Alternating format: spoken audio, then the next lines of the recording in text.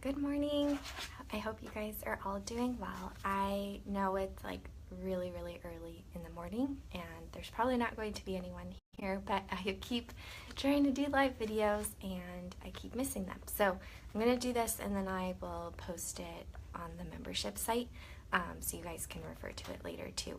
But I have been working on some new articulation activities and I'm really excited because this year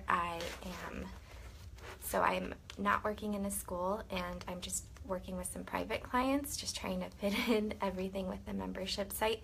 And I wanted to try something new too. So I have been trying to really work on fitting everything in as little space as possible because it's been hanging out in my car and I don't have a speech room, so it's been in my house too.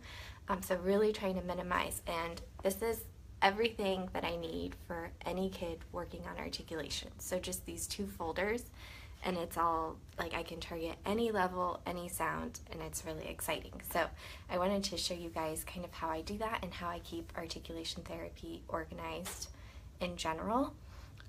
And then I think this will work really well for those of you who are working with your regular caseloads in the schools. And if you don't need it to be quite this compact, oh, I didn't grab my box, but if I were still in the schools, I would probably put this in a file box or in a file cabinet just so I could have more copies.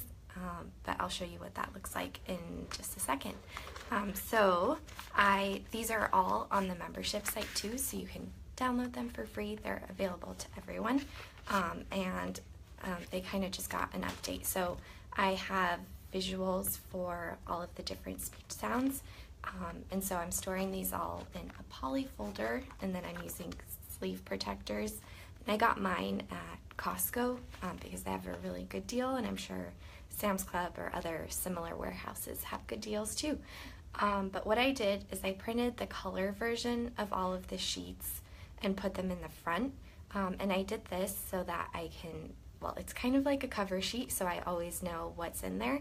And then I also can use it because they're in sheet protectors. If I just need quick, dirty practice, we can grab a dry erase marker, we can grab Play-Doh, we can grab bingo chips, we can grab whatever we need, and I have quick practice ready to go here. But when I need a little bit more, like we can kind of go through a little bit further. So it has the same thing for each of the speech sounds. So I'll show you a couple. Like for L, I have the color version just if we want to do quick practice. And then behind it, I store all of the stickers that I made. So we can use these to create our own worksheets, which I'll show you how that works in just a second. But this way, I just have quick access. This is all I need. And even if these, I like the sheet protectors too, because these inevitably will get cut up, and sometimes I'll give a whole strip to a student, and this way it can easily store the different pieces and it'll still be organized by sound, and we're good to go. And I printed these on 1-inch circle stickers. Oops, and then it just opened a little bit too much. So yeah, I printed these on 1-inch circle stickers, and so they're pre-cut, you can kind of see. And then another option is to print on 8.5 by 11 mailing labels if you want the sticker piece. But you can also just print on regular paper and use a 1-inch circle punch, and then that makes it so you can use these to customize the worksheets, which I'm about to show you. And let me know if you guys have any questions or other ideas on how to use this. So then I have this folder with all of the different activities in it. So I used to use folders like this because you can get just the paper ones for like 10 cents, sometimes even less than that, during back to school. So I used to stock up on them so my students could make articulation folders. But I got a little bit annoyed with the 3 prongs, especially for the little guys. So I started using kind of like the medical folders. I just ordered a bunch on Amazon where it just has 2 prongs. So I used that hole punch, and then on one side of the folder we have what they're currently working on, and then behind the pages are the old activities we've done, and then on the other side I'll put any of the parent communication or overall progress monitoring, so it's all in one place. And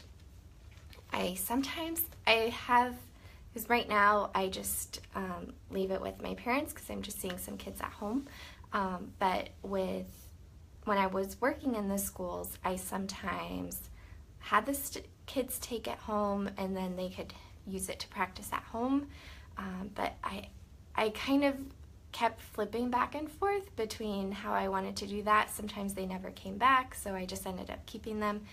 So I don't have a perfect system for that yet, and if you guys do, let me know.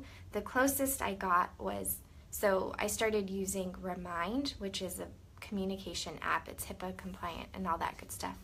But I was using that to communicate with my parents, and then I would let them know, okay, the articulation folder is coming home, look for it, send it back, and things like that, and that helped a little bit more, but it still wasn't perfect. And I know, like, our kids are busy and there's a lot going on, but I just am still working on the best way to make that happen. But these are the worksheets that go in that folder. So, and then I'll talk about this with my parents at the IEP meeting, and then I'll try and tell them, like, share about the importance of practicing and how it'll help them make progress, and we need your support and that kind of thing, and usually that helps a little bit more. But then we have a practice log, and I have different activities too. Here, I'll show you the other pages. So I have a cover sheet, which we just glue onto the front of the folder, or they can just decorate the folder, it kind of depends. And then I have just an update on what they're doing in speech, which I'll include this if I send it at the beginning of the year, just so the parents know what's going on. And then some of the students I'll send home progress notes, especially if the parents are really interested, but I usually just use Remind for this part. And then I have a contact form, so I include this and let the parent know that they can write a question to me if they want. And then I also have this articulation ladder, which helps explain the process to parents and students. And for some of my students, like, this will be the level of progress monitoring we do, especially for the little kids, and they'll get to put in a sticker or color it anytime that they master a certain level on that hierarchy. And I might use this for older students just to show the progress that they're making if the ladder is a little bit too childlike. And then for the kids who are, for a lot of data pieces, I'll use this. So we start by measuring and we might measure the progress at different levels, and then we can kind of use that to keep track. So those are some of the kind of progress monitoring pieces that I'll put in the folder. But then for the fun part, so I don't know about you guys, but when I started in the schools, I had like 5 million different worksheets, and I sometimes had a hard time finding the one that was at the right level for the student, because sometimes the words are way too easy, sometimes they're way too hard, sometimes they have a really funky goal and they need a specific combination of words. And so it was just like I ended up purchasing so many different worksheets, and I had a giant folder of them.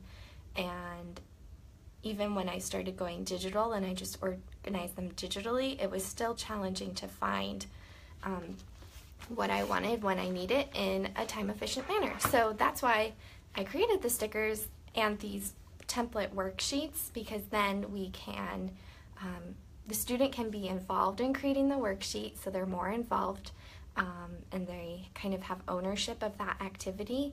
And then it gives us more opportunities for practice, because they practice it while they're creating the worksheet, and it's not as redundant versus like practicing each of the words 10 times. We'll do it like 5 times as we're assembling it and 5 times as we're practicing it, and it's just a little bit easier, and it's really easy for mixed groups, because then I can just have a couple copies of the activity, and then I can individualize it for each student.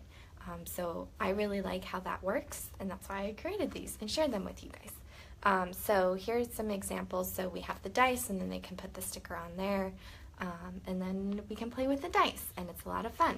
Or we have a game board that we can create, and so we just have different open-ended activities, but then I also have activities for the different levels.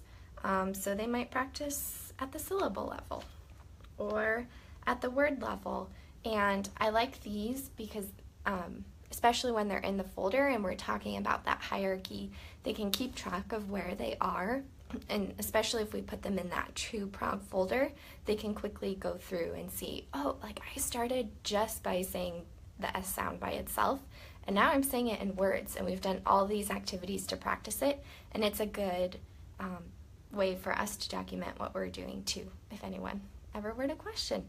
But then it kind of focuses on the goal area on the bottom, and then when the students master that, they get to color it in or put a sticker or whatnot. But then it goes through the different levels, and then I put, like I did with the other folder, I put the template in the front, and then I put the copies in the back.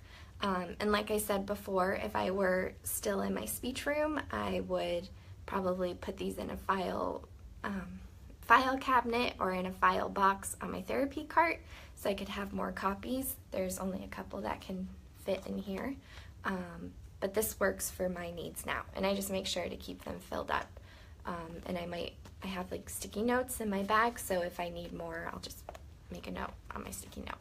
And then I'll print them out and put them in. But it organizes everything from the hierarchy, from syllables or sounds in isolation to even like generalization at the reading and conversation levels and everything. So it really has everything that I need, and then it also includes some fun reinforcer activities because some of the levels do go a lot faster than others. And so I think it's a fun way to mix things up and make it all really individualized, because that's what we do. So let me know if you have any questions. I have another tutorial about printing these on the website, but I think that's all for now, and thank you to those of you who joined me on this Monday morning, and I'll talk to you soon.